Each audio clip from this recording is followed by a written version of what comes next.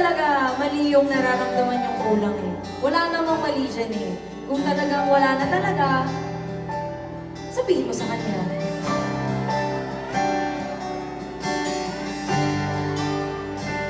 Sabihin mo sa kanya kasi pag mas lalong tumatagal, mas lalong sasakit yun. Tama ba? Batire, sabay-sabay. Ang lahat ay nababa mo.